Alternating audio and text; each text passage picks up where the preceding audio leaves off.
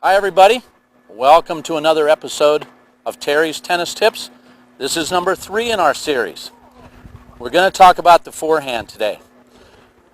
It's going to start with that ready position that we started in step number 1. Let's go over it again. Feet shoulder width apart, knees bent, racket out in front of me but below my eye level. Now we're talking about the forehand. The key is I'm going to get my racket back with my left hand out in front of me. This has to occur before the ball bounces on your side. Now you only have one thing left to do. Step into the ball. Now let's talk about that again. Here's what happens to a lot of you. The ball's coming. You time your racket to go back at the same time the ball's bouncing, and you look like this. Does it look familiar? Well, if it does, here's what I want you to do. When the person hits the ball on the other side and you see it's a forehand, I want you to get into this position. Look at all I have to do now. Turn and step into the ball. Early racket preparation is the key. Whether it's a forehand, backhand, or whatever, right now, forehand. Racket back. Left hand out in front of you. I'm ready for the ball no matter where it bounces. If you're playing on a day where it's windy, I can certainly adjust right now because I'm already ready. So here's the thing to remember. Racket back before the ball bounces. Hi everybody. Welcome to another episode. Terry's Tennis Tips. This is number 4 in our series. You remember in number 3 we covered the forehand? We're going to do the backhand today. Let's review something. A good ready position starts everything. Feet shoulder width apart. Knees bent. Racket out in front of me, below eye level. Now, in step number 3, we talked about getting the racket back early.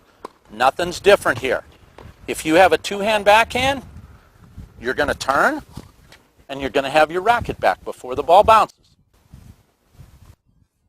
If you have a one-hand backhand, important thing, pull the racket back with your left hand. This turns your shoulders. Let me show you what a lot of you do. You don't use the left hand to pull the racket back. We're talking about the backhand. You don't use your left hand to pull the racket back. You drop it, and you end up hitting your backhand one-handed and pushing it, producing a weak shot or even worse yet, into the net. So remember this on your backhand. Make the left hand pull the racket back. That turns your shoulders, and now all you have to do is hit it. But once again, like in step 3, the racket has to be back before the ball bounces. I'm going to keep harping on this. Racket back before the ball bounces. This is going to help you become a better player and beat some of those people you've been losing to. We'll see you in the next segment.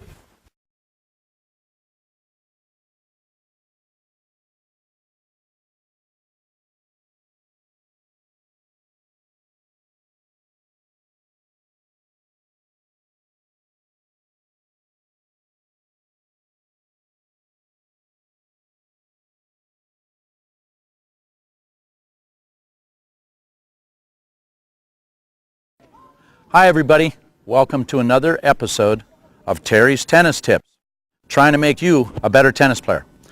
What I want to talk about today is the serve. A lot of you have come up to me and said, how can I get more pace on my serve? I want to hit my serve faster. First, let's cover more or less the beginning side. A lot of you have what we call the pancake grip. I'm going to show this to you. It's where your hand, the V of my hand, is on the side of the racket with my face down. That's called a pancake grip. So when you go to hit your serve, you're hitting it like that. Now obviously that's limited, but it's a big change if we take you from beginning to advanced. But right now I'm talking about the beginner serve. Once again, it's where your hand, the V of your hand, is on the side of your racket. So your service motion kind of looks like this. You're standing almost with your foot facing the net. You're throwing your ball up, and you're swinging straight ahead. Now, that's very limited because your ball is going to be flat. Your clearance over the net is very small, but if you're stuck with that and you don't want to learn a more advanced serve, here's what will get more pace on your serve. First, you need to get your toss up and out in front of you so you can hit it out in front of you. A lot of you do this. You throw the ball behind you, you lean back and hit it. You don't get your body into it. Notice I'm actually leaning backwards as I hit. Once again, to get more pace on your serve in the beginning grip, if I throw it out in front of me and hit it, I'm going to get more pace. The other thing is you have to almost stand facing the net, because if you try and turn sideways, you can't hit this. In a way, I hate to call this beginning. It's called the pancake grip, but a lot of people that didn't learn to serve through lessons automatically pick this grip up. Pancake grip, you want to get more pace on your serve, throw the ball out in front of you. One other thing that'll help you. Slide your hand down as far as you can go. Some of you are gripping your serve up this high off the end. You can't really snap your wrist. As you notice, this is sticking down below my hand. It catches on my wrist. If I slide my hand down, I now get a lot more leverage.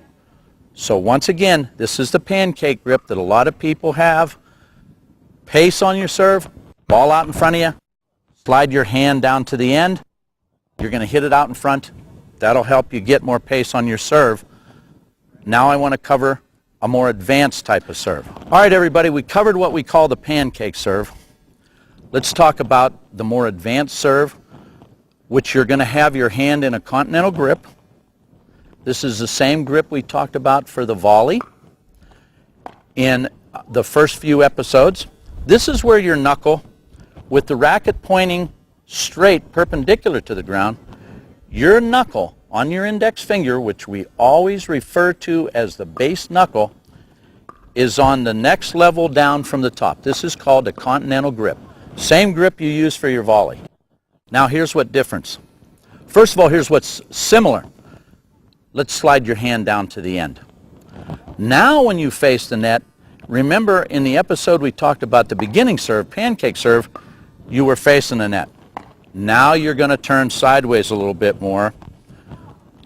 To get the most out of the serve, the fastest serve, we'd like to have your foot turn completely sideways to the baseline.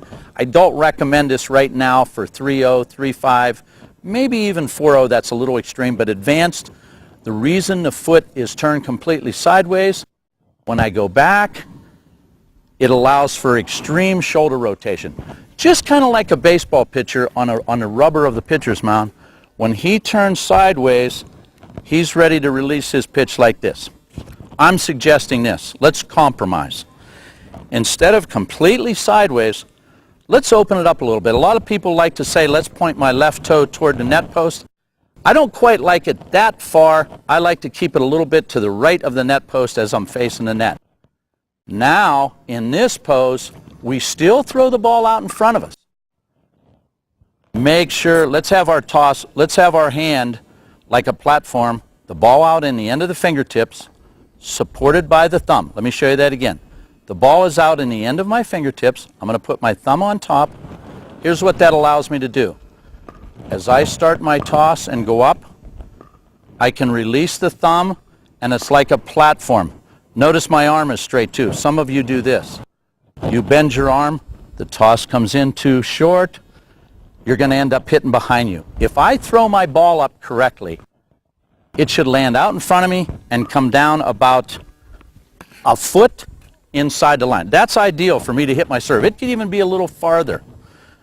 But to review this, remember, continental grip on the serve, turn sideways a little bit more than in the pancake grip. Now, I'm ready to go, and I'm going to get more shoulder turn. Shoulder turn is what creates more pace on the serve.